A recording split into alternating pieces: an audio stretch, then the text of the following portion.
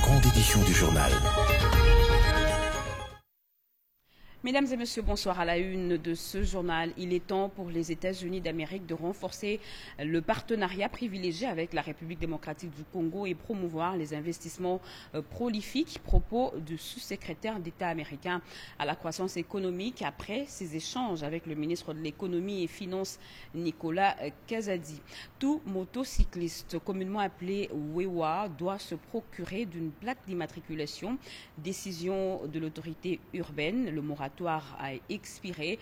Certains Wewa se sont mis en ordre et d'autres encore demandent une autre mesure de grâce. Voilà pour les titres, mesdames et messieurs. Merci de votre fidélité. La République du Tchad existe depuis 62 ans, une célébration aux couleurs du drapeau bleu, or et rouge qui connaît la participation du président de la République démocratique du Congo, Félix Antoine Tshisekedi Tshilombo, et l'invité de son homologue Mahamat Idriss Déby aux cérémonies de l'indépendance du Tchad. Le chef de l'État est arrivé aujourd'hui à N'Djamena, la capitale. On fait le point avec nos envoyés spéciaux.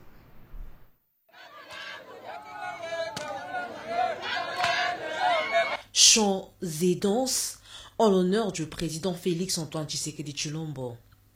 On se croirait à Kinshasa et pourtant nous sommes bel et bien à N'Djamena, capitale du Tchad.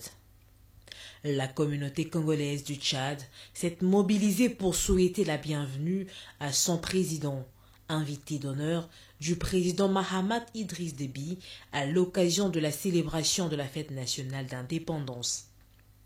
Le président Mahamat Idriss Déby a fait le déplacement de l'aéroport international à Saint-Jamous pour accueillir son hôte de marque. Après le cérémonial d'accueil solennel, les présidents Félix Antoine Tshisekedi et Mahamat Idriss Déby se sont dirigés au salon d'honneur de l'aéroport international pour un bref entretien élargi à leur délégation. À la sortie de l'aéroport, le président de la République démocratique du Congo s'est offert un bain de foule animé par ses compatriotes vivant à N'Djamena.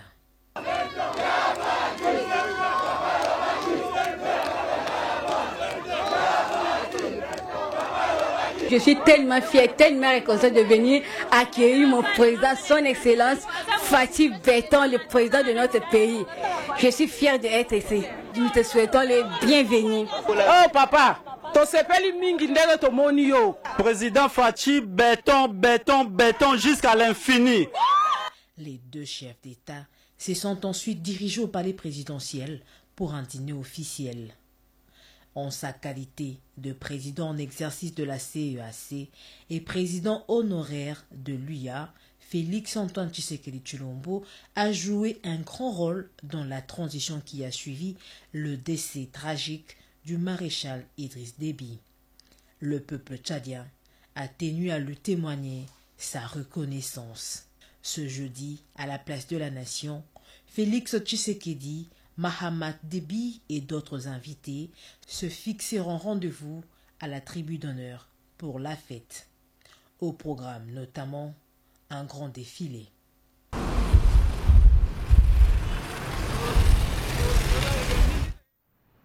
Comment évolue le processus électoral en cours en République démocratique du Congo? Eh bien, la question était au cœur des échanges entre le président de la CENI et le secrétaire d'État américain lors de son séjour à Kinshasa. Denis Kadima et Anthony Blinken se sont rencontrés à la concession Cortex dans la commune de la Gombe, Téti Samba. Président de la Commission électorale nationale indépendante est plus que déterminé à organiser dans le délai des élections transparentes et inclusives. Reçu par le secrétaire d'État américain Anthony Blinken, les deux personnalités ont échangé sur plusieurs questions liées aux élections en République démocratique du Congo.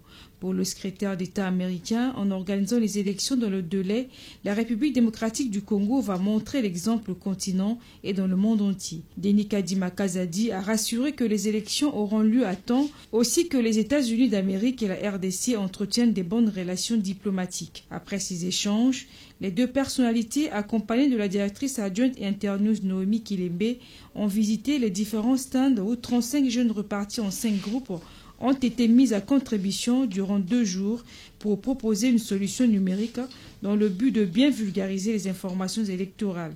Notons que cette activité s'est déroulée dans le cadre d'un projet financé par l'USAID ainsi que les coopérations suédoises et suisses afin de vulgariser les informations en rapport avec les élections. Juste après son entretien avec Anthony Blinken, Denis Kadima a procédé à la clôture de formation approfondie sur l'initiation aux nouvelles procédures de passation des marchés publics. Formation organisée à l'intention des membres de la nouvelle cellule de gestion de projets de marchés publics. Marie-Louise Mbella.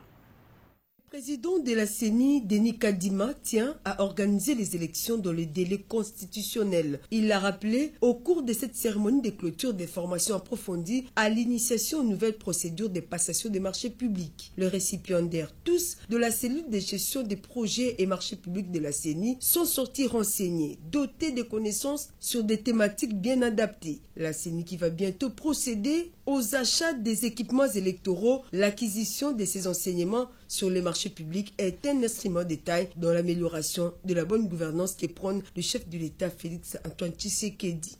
Vous ne pouvez pas utiliser l'argent public sans passer par la procédure consacrée dans la loi. Nous mettons en œuvre une disposition légale. Il y a besoin de renforcer les capacités. C'est la première fois que nous le faisons et nous apprécions la présence de l'ARMP pour justement nous accompagner. À la remise des brevets de participation aux experts en passation des marchés publics, le président de la CENI, Denis Kadima, les a exhortés au respect strict de règles établies dans les secteurs de marchés publics. Œuvrer en synergie avec la CENI, une priorité désormais pour le directeur général AI de la RMP, Raymond Yumba, qui a promis un accompagnement en permanence. En ce qui concerne la passation du marché public, investir dans les capitales humains, c'est une chose importante. Ça a été un souci partagé et nous sommes heureux d'avoir concrétisé cette formation. Nous formerons tous les autres personnels, les autres catégories de personnels qui agissent au niveau décisionnel dans la passation du marché public. La deuxième vague des formations similaires à l'intention cette fois-ci des décideurs de la CENI est prévue dans les tout prochains jours. Et le ministère de l'Aménagement du Territoire vient de se doter d'un nouveau bâtiment où seront érigés et logés certains de ses services. Et c'est le Premier ministre Jean-Michel Sama Lukonde qui a coupé le ruban symbolique. Pati Tondouango. Le Fonds national de l'aménagement du territoire FONAT a désormais un siège social. Situé à l'immeuble Orgama dans la commune de la Gombe, ses bureaux ont été inaugurés ce jeudi 11 août 2022 par le Premier ministre. Jean-Michel Sama Lukonde Kyenge a ainsi eu l'honneur de dévoiler l'enseigne lumineuse placée devant l'immeuble Orgaman. Le chef du gouvernement a dans son mot encouragé le ministre d'État à l'aménagement du territoire Guy Luando pour la matérialisation de ces projets. C'est important à chaque pas, à chaque instant, d'être à côté de ces institutions que nous devons accompagner. L'institution ce jour, Fonds national, qui est cette institution qui doit apporter les moyens de notre politique que nous voulons un peu plus agressif dans ce secteur. C'est aussi pour moi un motif, je vais dire, de satisfaction de voir ce décret 2109 pour être plus précis, qui avait été signé après décision du Conseil de ministres sous la conduite de son Excellence Monsieur le Président de la République, de mettre en place ceci. On est là pour lui souhaiter bon vent, encourager tous les agents qui devront le mettre en œuvre, comme l'a dit le ministre tout à l'heure, de ne ménager aucun effort pour permettre son plein succès. De son côté, Guy Luando, ministre d'État de l'aménagement du territoire, a salué les efforts du Premier ministre Jean-Michel Sama Lukonde Kyenge dans la poursuite du processus des réformes de son secteur. Pour nous, je dois vous avouer que c'est un jour spécial, un jour où nous sommes le membre du gouvernement. Nous assistons à la matérialisation de la volonté du chef de l'État de changer les choses dans notre secteur et que c'est un motif de fierté. C'est dont nous remercions d'abord le chef de l'État, ensuite le Premier ministre qui, comme vous le savez, il est venu personnellement assister à cette cérémonie, ce qui prouve l'intérêt et l'importance qu'accorde non seulement notre chef suprême, mais aussi le gouvernement de la République pour les questions liées à l'aménagement du territoire. Il faut des moyens pour aménager les territoires. Créé par décret en 2021, le Fonds national d'aménagement du territoire a pour mission de mobiliser des ressources financières pour l'élaboration des documents stratégiques, outils techniques et plans d'aménagement du territoire, ainsi que la mise en œuvre d'une politique nationale en la matière. La cérémonie s'est déroulée en présence de quelques députés et sénateurs, ainsi que de quelques membres du gouvernement. Si le secrétaire d'État américain Anthony Blinken était avec le président de la CENI, le sous-secrétaire d'État américain à la croissance économique et à l'énergie et à l'environnement, lui, a eu un tête-à-tête avec le ministre des Finances, José Fernandez, et Nicolas Kazadi, qui avait à ses côtés ses collègues du plan de la santé et la vice-ministre des Finances, ont porté leur regard sur le secteur porteur de croissance en République démocratique du Congo, passage obligé pour l'acquisition du financement américain à travers le programme Millennium Challenge Corporation. Guylain Cassou nous en parle. La République démocratique du Congo ne cesse de multiplier ses chances de qualification au programme américain Millennium Challenge Corporation, MCC. Le pays de Félix-Antoine Tshisekedi Tshilombo est sur la bonne voie car des efforts sont fournis dans le souci d'améliorer les conditions de vie du peuple congolais. Vision du président de la République. 4 membres du gouvernement en ont échangé autour de cette table avec le sous-secrétaire d'État américain à la croissance économique, à l'énergie et à l'environnement, José Hernandez, en marge de la visite officielle du secrétaire d'État américain Anthony Blinken à Kinshasa. Au sujet d'innombrables efforts du gouvernement pour sa qualification au MCC, Nicolas Kazadi a rappelé à la délégation américaine la non prise en compte jusque-là de certains indicateurs qui devraient basculer au vert pour la RDC, notamment la liberté d'information grâce aux états généraux de la communication qui ont eu lieu dernièrement, les dépenses pour la santé qui ont permis à la RDC de dépasser le taux de vaccination prévu contre le Covid-19, l'éducation à travers la gratuité de l'enseignement primaire et bien d'autres réformes entreprises. Ces échanges ont permis de voir une autre image de la République démocratique du Congo, contrairement à celle répandue d'un pays infréquentable, souvent par manque d'informations.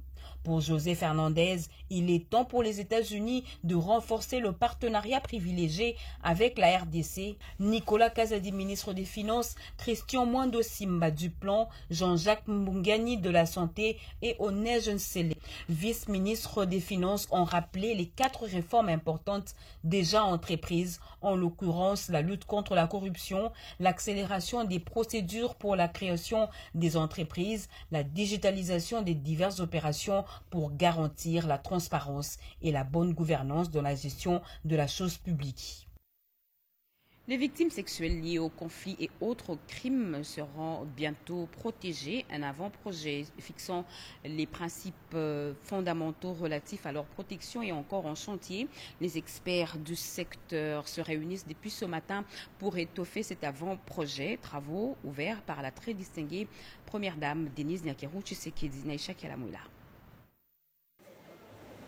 La table ronde organisée en octobre 2021 à Kinshasa a posé les bases des travaux en continu sur la question de la réparation des victimes qui s'inscrit dans le cadre de la justice transitionnelle adoptée par la République démocratique du Congo comme mode de conciliation et réconciliation des communautés. Après des mois de travaux en atelier et une série de consultations populaires menées dans quelques provinces afin d'évaluer les besoins réels des victimes, des lois et autres textes ont suffisamment pris forme. Dans le cadre des travaux de la commission, il y a eu plusieurs livrables, notamment celui qui consiste à rédiger un avant-projet de loi que le gouvernement va porter par la suite. C'est-à-dire qu'il faut qu'il y ait une loi sur la réparation des victimes. Donc c'est ce que nous avons préparé et aujourd'hui nous sommes en train de le soumettre à contribution de d'autres experts pour nous dire si ce que nous avons réellement écrit est en conformité avec les lois de la République et aussi répond aux besoins qui a été exprimé de procéder à la réparation des victimes. Suivant de très près l'évolution de ces travaux, la première dame de la République, Denise Nyakeru Tshisekedi, qui a présidé cette matinée, a rassuré les différents acteurs présents de sa ferme volonté à accompagner ce processus, en espérant obtenir au plus vite cette loi tant attendue par les victimes. La table ronde inclusive organisée l'année dernière avait été faite sous les auspices de la Première Dame. Pourquoi? Parce qu'en tant que championne des Nations Unies sur la question de la prévention des violences sexuelles, elle porte à cœur un plaidoyer, notamment ce plaidoyer sur la réparation. Donc c'est comme ça qu'elle s'est impliquée depuis le début à aider la République démocratique du Congo à avoir un dispositif de réparation par une loi, par un fonds aussi qui est l'organe qui va procéder concrètement à ces réparations-là. Les avis des experts qui ont pris part à cet atelier vont permettre de crédibiliser l'appareil judiciaire congolais en repérant certaines erreurs, a renseigné Albert Fabrice Puela, ministre des Droits humains. La commission technique mixte mise en place a elle déjà présenté au gouvernement le projet de décret de création du Fonds national de réparation des victimes. L'avant-projet de loi mis en examen ce jour permet au processus d'amorcer un virage déterminant. Sangouma Temongonde Mossai revient de ses vacances parlementaires dans le sud d'Ubangi. Sur place, le deuxième vice-président du Sénat a déployé d'intenses activités. Des malades internés dans les hôpitaux ont vu leurs factures être honorées. Les questions de développement de province ont été abordées avec toutes les couches sociales. Le commentaire est de Robert Ndaïchisesi. Dans la province du Sud-Ubangi, le deuxième vice-président du Sénat, honorable Sangouma Temongonde Mossai, a écouté sa base naturelle sur plusieurs questions liées à la dégradation des infrastructures routières, aussi bien dans la ville de Guémena qu'à l'intérieur de la province du Sud-Ubangi. À cela s'ajoute l'insuffisance de la desserte en eau potable dans certaines entités de la ville, la non-mécanisation des enseignants dans certaines écoles de la province du Sud-Ubangi. Un séjour pas du tout repos pour le numéro 3 du Sénat congolais qui a fait parler son côté pasteur en honorant les factures des soins d'hospitalisation de malades internés à la clinique Jody Medical. Avant de partir, le deuxième vice-président du Sénat, Sangouma Temongonde Mossai, a visité cette structure hospitalière. Question de se faire une idée sur la qualité des soins. L'éducation reste le leitmotiv de cet intellectuel rompu.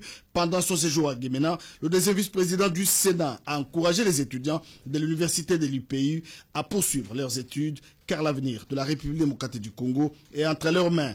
À quelques mètres de là, c'est à la muraille Bana Guémena Community qu'il a appelé les fils et filles du Sud-Ubangi à l'unité et au soutien inconditionnel du chef de l'État, Félix-Antoine Tshisekedi Tshilombo. Grande cérémonie d'installation du nouveau comité directeur de la grande association socio-culturelle Ngabe Bokili et d'intronisation de son président Emmanuel Bolikanza, en présence du deuxième vice-président du Sénat, honorable Sangouma Temongonde Mossai. Une cérémonie qui a focalisé l'attention de tous les Ngwaka. Dans son discours, le président a rappelé à tous que sans l'unité, le Grand Équateur ne pourra pas décoller. Il faut redynamiser l'identité culturelle du peuple Ngwaka. Dans l'ensemble, toutes les couches de base ont été consultées en vue d'être prêts en jeu politique oblige. Kinshasa va accueillir le 18 et le 19 août courant le 42e sommet de la SADC. Les travaux des experts évoluent bien au Palais du Peuple. Les étapes qui restent à faire avant la tenue de ce sommet et le chemin déjà parcouru ont été brossés au cours d'un point de presse tenu par le comité permanent de hauts fonctionnaires de la SADC. Vital Pagabita. Les orateurs ont co-animé ces points de presse. Le secrétaire général à l'intégration régionale et francophonie, Zachary Timbinda Bilolo, nouveau président du comité permanent des hauts fonctionnaires de la SADC. Les directeurs des cabinets, le professeur docteur Claver Pachi Lumana, chef de la délégation du dit comité, et Madame Barbara, représentante du secrétaire exécutif de la SADC. Après la projection de la vidéo retraçant l'historique et les réalisations de la SADC, les différents intervenants se sont apaisantis sur la vision des pères fondateurs de cette organisation régionale qui est passée de 9 à sa création à 16 pays membres à ce jour. La paix, la sécurité, la défense et la croissance économique, telle est cette vision qui se matérialise progressivement par des projets intégrateurs. Il s'en est suivi l'évaluation à mi-parcours des travaux. D'abord la tenue de la 6e semaine annuelle de l'industrialisation de la SADC, la passation de pouvoir entre les présidents sortants du comité permanent des hauts fonctionnaires du Malawi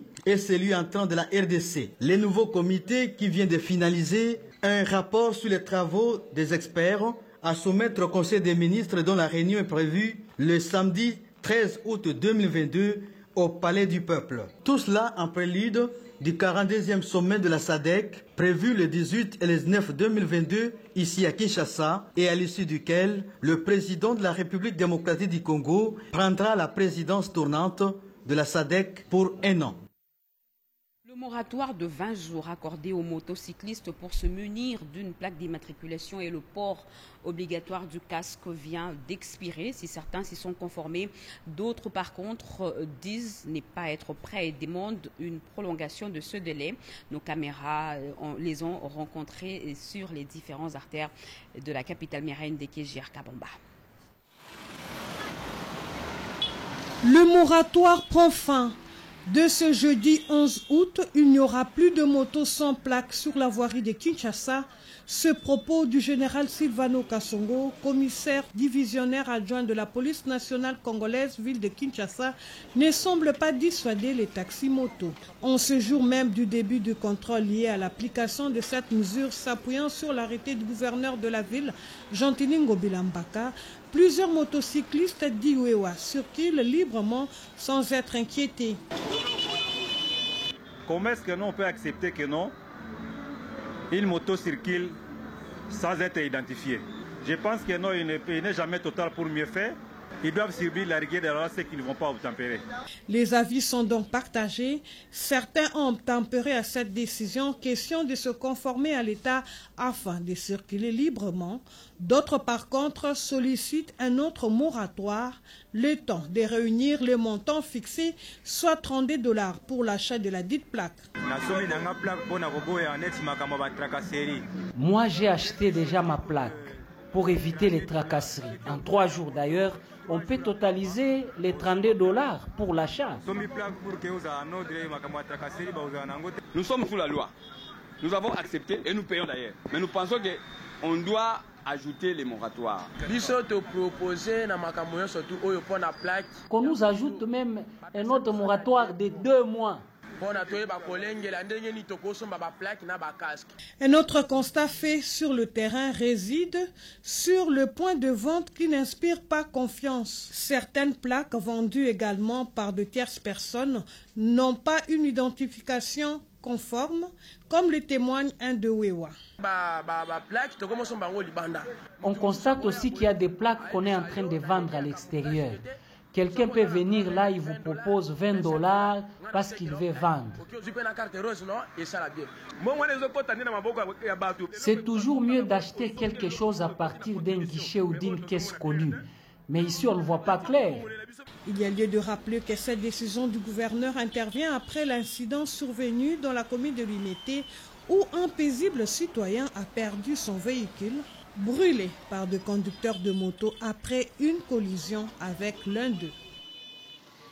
Les conférences budgétaires lancées, l'heure est à présent aux consultations directes entre le ministère du Budget et les ministères sectoriels prioritaires. Objectif, permettre à chacun de fournir des données nécessaires et chiffres à inclure dans le projet de loi des finances 2023. Rikindu Ziloya Mayuel et Hermé Bangando.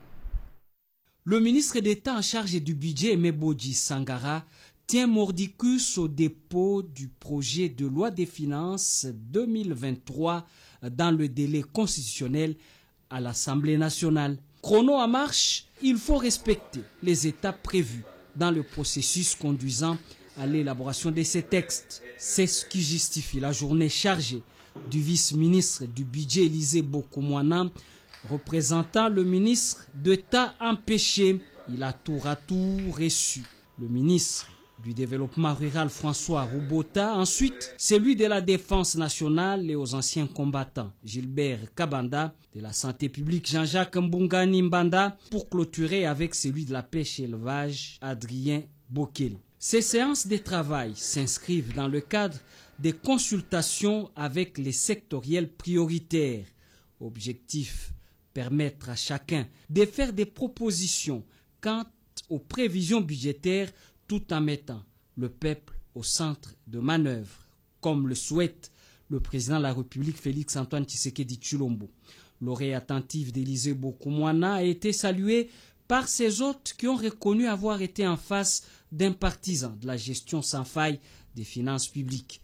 Le ministre d'État, ministre du Budget, Emeboji Sangara, ayant dans ses prérogatives la gestion quotidienne des caisses de l'État et les lignes budgétaires, insiste pour que le budget 2023 en cours d'élaboration soit ambitieux et réaliste afin de donner au gouvernement des Warriors les moyens de sa politique. Les syndicalistes du Conseil supérieur du portefeuille et ceux du COPIREP étaient aujourd'hui autour de leur ministre de tutelle. Les deux parties ont échangé sur comment entamer les travaux de construction et de modernisation des différents bâtiments qui vont abriter le secrétariat général au portefeuille. Un commentaire d'Emmanuela Commissaire. Ce sont les éclaircissements à l'intention de la délégation syndicale du Conseil supérieur de portefeuille assistée par les permanents au sujet des travaux d'aménagement qui se font dans l'enceinte du ministère. La ministre d'État en charge du portefeuille, Adèle Kaïnda, a expliqué sa vision des réaménagements du secrétariat général. Elle explique que c'est pour permettre de caser tous les agents du secrétariat général qui manquaient de bureaux. Ainsi, ils pourront travailler dans un climat serein. Elle milite pour qu'il y ait des bureaux préfabriqués pour résoudre les difficultés dans un délai relativement court. L'intelligence, c'est quand tu es devant un problème et que tu dois être en mesure, dans les mêmes contextes, de trouver une solution. Et c'est ce que je fais. Hier, j'ai été avec le Premier ministre. On a eu vraiment une séance de travail. Je fais un plaidoyer qu'il a compris. Je pense que dans une semaine ou 5 jours, on va nous disponibiliser pour qu'on puisse terminer les travaux quand même dans le meilleur délai pour que nous puissions reprendre. La réaction des syndicalistes, c'était de remercier la ministre d'État en charge du portefeuille pour cette occasion qui n'a jamais existé depuis les lustres. Le COPIREP est même menacé des déguerpissements. Il faudrait d'abord maintenir les statu quo. C'est dans un esprit d'équité et de justice pour l'intérêt de tous les agents et cadres du portefeuille. Les travaux sont en cours. Le Conseil supérieur du portefeuille a informé qu'il a libéré tous les espaces et les a réaffectés dans les bâtiments annexes. Brazzaville accueille depuis ce matin la première édition de la Foire internationale de l'artisanat, FIAC. Et c'est tout naturellement le ministre d'État de la RDC en charge de l'entrepreneuriat, Eustache Mouandi, qui représente son pays à ces travaux qui ont pour thème l'artisanat, pilier de redynamisation des économies des pays africains. Mireille Ndeki. Brazzaville, capitale de la République du Congo, vibre au rythme de la première édition de la Foire internationale de l'artisanat du Congo, FIAC en sigle. Près de 5000 artisans venus de partout prennent part à ces assises qui se tiennent du 11 au 20 août 2022 au mémorial Pierre Savorgnan de Brazza, sous le haut patronage du président Denis Sassou Nguesso, autour du thème « L'artisanat » pilier de la redynamisation des économies de pays africains. La délégation de Kinshasa, composée des artisans quinois avec à sa tête les ministres d'État en charge de l'entrepreneuriat, Maître Eustache Muhanzi Mumbembe, prennent également part à ces assises. Dans son allocution à la cérémonie d'ouverture, le ministre d'État Eustache Muhanzi Mumbembe, au nom du gouvernement congolais, a remercié le gouvernement de la République du Congo pour le privilège lui accordé comme invité d'honneur à cette grande manifestation. Il a également démontré dans son intervention les caractères déterminants du rôle dévolu du ministère de l'entrepreneuriat, socle sur lequel reposent plus de 90% des activités économiques du pays visant à contribuer à la croissance économique. Ceci constitue sans nul doute une belle opportunité de promotion de nos artisans, tous en leur offrant une excellente plateforme d'échange, d'expérience entre praticiens. C'est donc avec joie que je nous invite tous à considérer les défis majeurs qui se dressent contre le développement des créations locales, qui sont les normes et les emballages. Signalant qu'en guise de conclusion, le ministre d'État, Maître Eustache Muhanzi Mumbembe, a formulé le vœu de voir cette belle initiative de rencontre se poursuivre parce que porteuse de progrès et d'espoir pour le développement de l'artisanat africain. Des constructions sous les lignes haute tension. Malheureusement, la province du Lualaba passe en première position. La SNELESA essaie de tirer la sonnette d'alarme et en appelle au respect des dispositions légales en matière de construction pour éviter des drames dans l'avenir. Cédric Elina et Yvette Makuntima. Les dispositions légales du pays exigent le respect des servitudes, des lignes électriques et autres. Les contrevenants s'exposent à des sanctions prévues par la loi. Dans la province du Lualaba, par contre, les constructions anarchiques ont élu domicile sous les lignes haute tension de la SNEL SA. Les habitants du quartier Luilou, commune de Dilala, dans la ville de Kolwezi, prennent le vilain plaisir de construire sous les lignes haute tension 120 kV.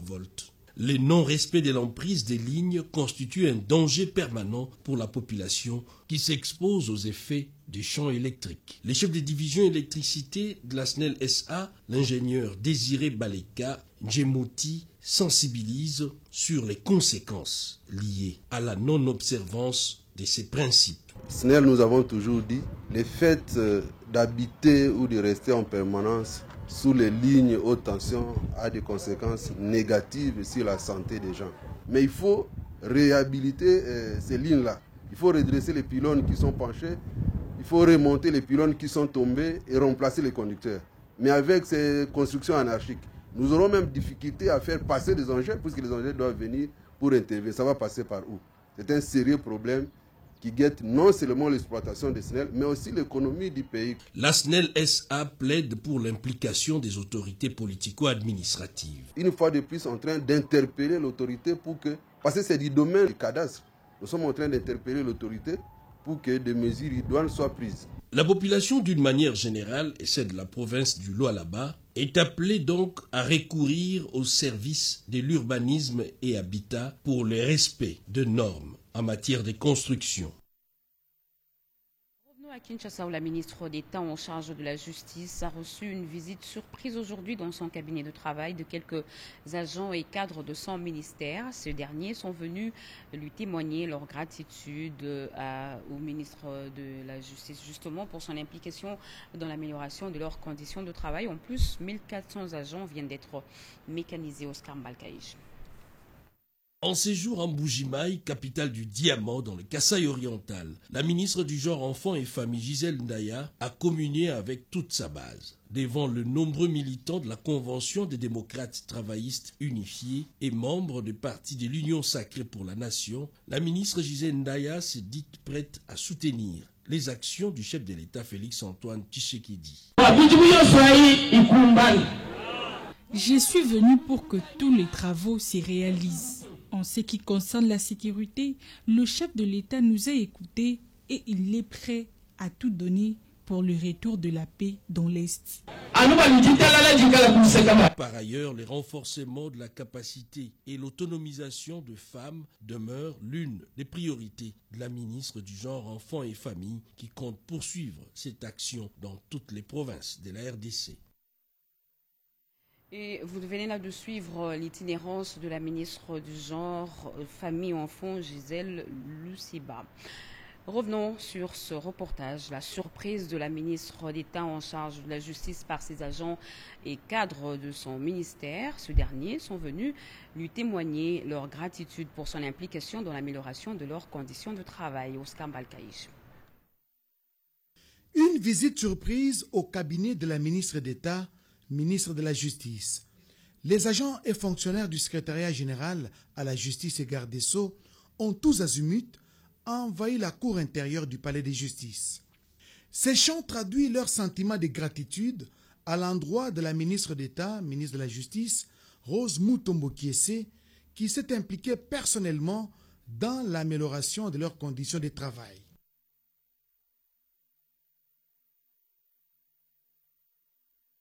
Aujourd'hui, ce n'est plus un mythe. Nous avons la prime, nous l'avons palpée. Et si vous voyez les agents en joie, c'est parce que cette prime n'est plus d'ordinaire. Madame Rose Mutombo puisse user de sa diplomatie afin d'obtenir encore l'élargissement de cette enveloppe. Depuis l'avènement de Rose Mutombo Kiese à la tête de ces ministères, beaucoup d'innovations ont été accomplies. La ministre d'État ne compte pas s'arrêter là. Avec cette prime, je voudrais en retour voir le travail, les rendements d'un chacun de vous changer. Je Je voudrais aussi que cette administration, ça ne soit pas un lieu de tourisme, que ça soit un lieu où les 8 heures de travail sont effectivement 8 heures de travail. Les uns et les autres ont été invités au travail et à plus de responsabilités. La RTNC en deuil. Dieudonné Kalima Simbungu, réalisateur, producteur décédé dernièrement, a été inhumé le mardi dernier au cimetière de la Gombe à Kinshasa en présence de sa famille biologique et professionnelle. Le ministre de la Communication et des Médias, Patrick Mouyaya, et le directeur général intérimaire de la RTNC, Belidé Bunga, lui ont rendu le dernier hommage. Regardez. Vendredi 22 juillet à Kinshasa, c'est ce mardi 9 août que le réalisateur, producteur et formateur Dieudonné Michel Kalima Simbungu a été inhumé au cimetière de la Gombe. Cadre compétent, homme de terrain, grand réalisateur, Dieudonné Kalimasi a rendu d'éminents services à la télévision nationale pendant près de 52 ans. Le ministre de la Communication et des Médias, Patrick Mouyaya Katembwe, a déposé une gerbe de fleurs en signe de compassion et de reconnaissance à l'illustre disparu. Toujours prêt à transmettre son savoir-faire, il a formé plusieurs générations et a beaucoup contribué dans l'approfondissement de ses mentorés. Selon le directeur général ad intérim de la RTNC, Belidé Bunga, la mort de Dieudonné Kalimasi laisse un grand vide. Il a par la même occasion invité les jeunes réalisateurs à suivre de près ses traces. Un bon père de famille, Kalimasi aimait se réjouir avec ceux qui l'entouraient et ne loupait aucune occasion de célébrer les événements heureux de la vie. D'après quelques témoignages, le directeur Kalimasi était un homme de paix cherchant toujours à ramener la quiétude autour de lui, d'où il a été surnommé sapeur-pompier. Et voici comment se présente le programme de funérailles de notre consoeur Lopez Kakouba, décédé le mercredi 3 août 2022 aux cliniques universitaires de suite d'une maladie. Journaliste à la direction des informations télévisées. Le programme se présente de la manière suivante. Aujourd'hui, jeudi 1er 11 août 2022, veillée mortuaire dans la salle La Cristal à la Fikine à partir de 18h. Demain vendredi 9h, levée du corps de la morgue du cinquantenaire. Direction RTNC 1 pour exposition et recueillement.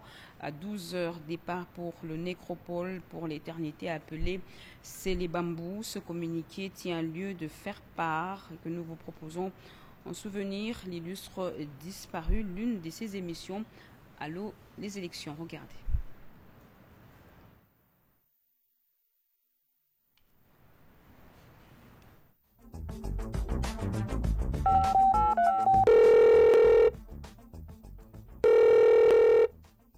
Le président était avec ses candidats présidents de la République vraiment à l'entrée des Jeux. Le président a confirmé, Corneille Nangaa Yobeluo, il a confirmé que le 23 décembre 2018, les élections vont se tenir en République démocratique du Congo. C'était par rapport également, Joël, comme vous le savez, il y a eu trop de rumeurs autour du report par les réseaux sociaux. Les gens qui disaient non, le président de la CENI a écrit une lettre au président de l'Assemblée nationale pour expliquer du report des élections. Le président de la CENI a dit qu'il n'a nullement demandé les reports des élections. Le train est déjà en marche. Le 23 décembre, il y aura élection.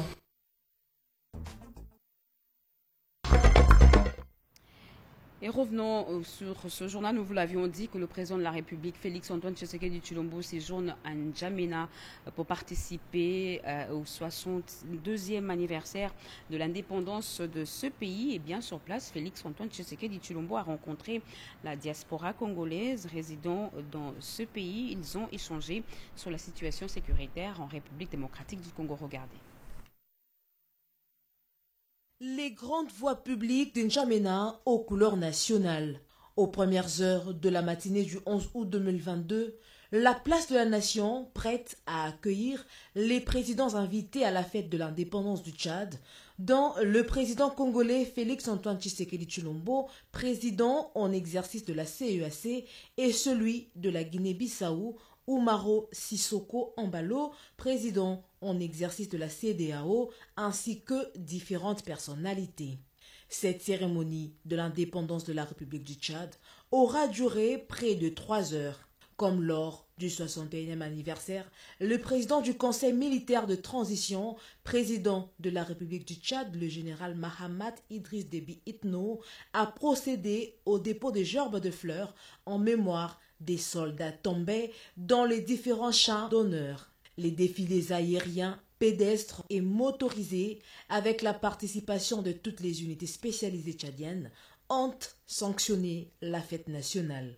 Le pays s'apprête à entamer des consultations des différentes corporations en vue de la tenue prochaine du dialogue national inclusif après la signature de l'accord de Doha afin de parvenir à une paix durable au Tchad avec l'engagement des parties tchadiennes et le soutien actif de la communauté internationale. Profitant de son séjour de 48 heures au Tchad, le président Félix-Antoine Tshisekedi Tshilombo a rencontré la diaspora congolaise. Les Congolais du Tchad ont exposé sans tabou leur doléance au président de la République qui a rassuré ses interlocuteurs tout en rappelant les efforts qu'il ne cesse d'entreprendre pour redresser le pays.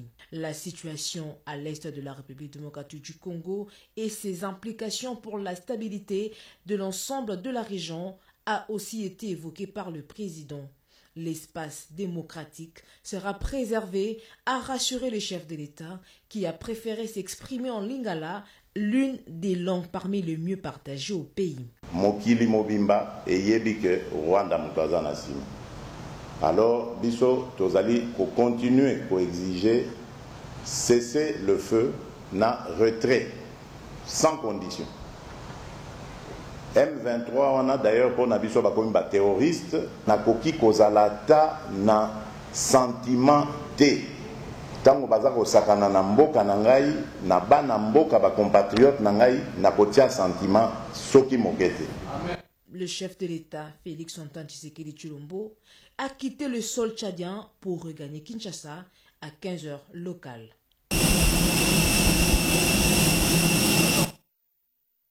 Fin de ce journal, mesdames et messieurs. Merci de votre fidélité. Merci à vous qui nous suivez à N'Djamena, au Tchad et partout ailleurs sur satellite. Vous êtes sur la RTNC. L'actualité continue sur nos antennes. Retrouvées à 23h. Serge Merlin Mata, grand, sera pour moi le plaisir de vous retrouver demain à 20h. Inch'Allah. Très bonne suite de programme sur nos antennes. Au revoir et à demain.